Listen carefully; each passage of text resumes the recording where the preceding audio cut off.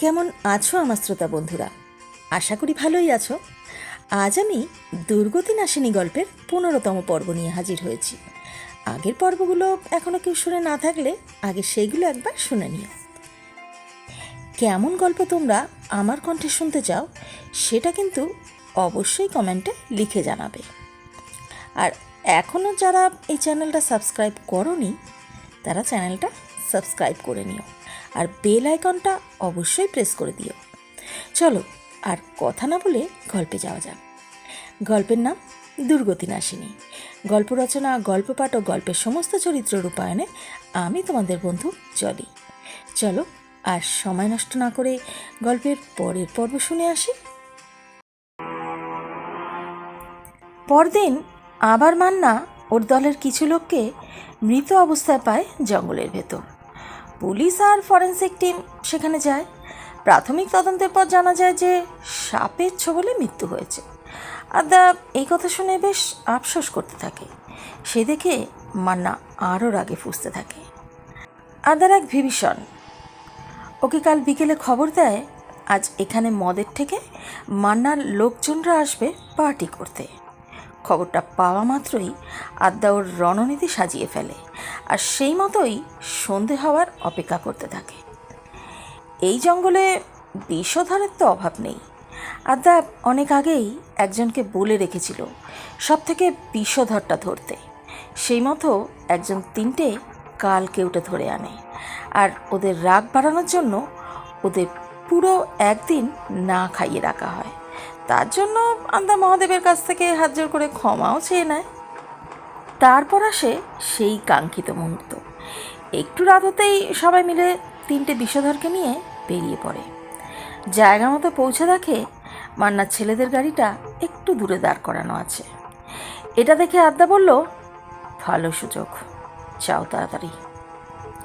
সাথে সাথে সুমিত, অমিত আর সেই সাপুড়ে পৌঁছে যায় ওদের গাড়ির সামনে, কিন্তু গাড়ি লক করা আছে। সেই দেখে তখনই গৌতমী বেশ কিছু চাবির গোছা বার করে কয়েকবার চেষ্টা করতেই গাড়ির ডোর খুলে যায়। ওরা সাথে সাথে গাড়ির মধ্যে 3টে বিষধর ছেড়ে দিয়ে গাড়ি বন্ধ করে লক করে আবার নিজেদের গাড়িতে ফিরে আসে আর একটু দূরে বসে ওদের বেরোবার অপেক্ষা করতে থাকে। গৌতমী, তোমার কাছে তো দেখছি সব ব্যবস্থাই থাকে, এসব বিদ্যাও জানা আছে? মুচকি হেসে বলল মোস্তাক, আমাদের সব কিছু শিখে রাখতে হয়। চোরদের সাথে ওঠা বসা তো, তাই একবার ওদের মতো ভাবতে বা আচরণ করাটা বাধ্যতামূলক হয়ে পড়ে। সামনের দিকে তাকিয়ে আস্তে আস্তেই বলল গৌতমী। সবাই গাড়িতে বসে ওদের বেরোবার অপেক্ষা করতে থাকে। রাত 10টা নাগাদ দেখা গেল ওদের বেরোতে। গাড়ির ভিতরে আদ্যাসহ সবাই একটু নড়ে চড়ে বসল। সবাই টলতে টলতে গাড়িতে এসে বসে। তারপর ওরা গাড়ি স্টার্ট দেয়। আদ্যাও গাড়ি স্টার্ট দেয়। গাড়ি কিছু দূর যেতেই ওরা দেখে গাড়ি এঁকে বেঁকে চলছে। তখনই হঠাৎ গাড়িটা একটা পোস্টে গিয়ে ধাক্কা মারে, আর গাড়ির ভিতর থেকে সবার বেশ জোরেই আর্তনাদ শোনা যায়। গাড়ির ভিতর থেকে তীব্র আর্তনাদ আদ্যার কানে যেতেই আদ্যা গাড়ির স্টিয়ারিংটা সজোরে চেপে ধরে, আর ও মনে মনে বেশ একটা শান্তি অনুভব করে। কারণ যেদিন ওরা আদ্যাকে তুলে নিয়ে গেছিল সেদিন এই ছেলেগুলোই ছিল তাদের মধ্যে, আর এরাও হয়তো ওর ধর্ষণকারী। আদ্যা আর না দাঁড়িয়ে ওখান থেকে সোজা দুর্গামণ্ডপে চলে আসে। শুনছেন চারুলতার গল্পের ঝুলি। এই ঝুলিতে আছে নানান স্বাদের গল্প ও কবিতা। এখনও যারা এই চ্যানেলকে সাবস্ক্রাইব করোনি তাহলে তাড়াতাড়ি করে ফেলো আর শুনতে থাকো নানান স্বাদের গল্প ও কবিতা। দুদিনের মধ্যে এতগুলো ছেলের মৃত্যু মান্না মেনে নিতে পারে না। ওর রেগে আগুন হয়ে যায়।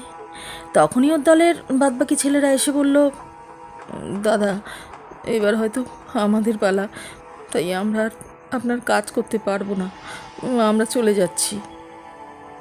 বলেই যেই পা বাড়াতে যাবে তখনই মান্না চেঁচিয়ে বলে ওঠে, যা যা, চলে যা, আমি একাই শেষ করব ওকে। কথাটা বলেই ও রাগে ফুঁসতে ফুঁসতে নিজের ঘরে চলে যায়। আজ বিজয়া দশমী। এইখানে বেশ সমারোহে এই অনুষ্ঠান উদযাপিত হয়। সেদিন কারোর বাড়িতে রান্না হয় না। গ্রামের দুর্গা মন্দিরের তরফ থেকেই দুপুরের ভোজের আয়োজন হয়। সবাই যার যার বাড়ি থেকে নিজের সাধ্যমতো সব কিছু দিয়ে ওখানেই রান্না হয়, আর সবাই মিলে আনন্দ করে সেটা খায়। প্রতিবারের মতো এবারেও ভোজের আয়োজন হয়, আর সেখানে পুলিশ স্টেশনের সবাই নিমন্ত্রিত। গ্রামে প্রতি বছর সন্ধেবেলায় হয় এক বিশেষ অনুষ্ঠান। এখানে গ্রামের নারীরা সবাই দুর্গা সাজে আর অসুর বধের পালা হয়। এই নীতি বহুদিন ধরেই চলে আসছে। এবছর গ্রামের বউরা আদ্যাকে বলল দেবীর 9টা রূপের মধ্যে একটা সাজতে, আর সবাই ওকে মহাকালী সাজাবে ঠিক করলো। সেই মতো সকাল থেকেই নাটকের মহড়া চলছে। উমাও বেশ খুশি, ও কোনো দিন এমন যাত্রাপালা দেখেনি। তারপর এখানে অ্যাক্টিং করবে ওর মা আদ্যা। এইটা শুনে ও ভীষণ উত্তেজিত। ও সবার সাথে বসে বসে নাটকের মহড়া দেখতে থাকে। দুপুরের ভোজ পর্ব শেষ হবার সাথে সাথেই সবাই তাদের মেকআপ নিতে বসে পড়ে। আদ্যাকে মহাকালীর মেকআপ করতে থাকে গ্রামের একটি মেয়ে। সন্ধ্যা হতেই যথাসময়ে নাটক শুরু হয়। গ্রামবাসী সবাই বিভোর হয়ে সামনের দৃশ্য দেখতে থাকে। সেই নাটকে দুর্গা, অসুর আর সিংহর রূপও সাজানো হয়। দেখতে দেখতে দেবী দুর্গা অসুর বধ করে ফেলে। তারপর একে একে দেবীর 9টা রূপ দেখানো হয়। সবাই সাথে সাথে হাততালি দিয়ে ওঠে আর আতশবাজি ফাটাতে থাকে। ঠিক তখনই সাইরেনের শব্দ শোনা যায়।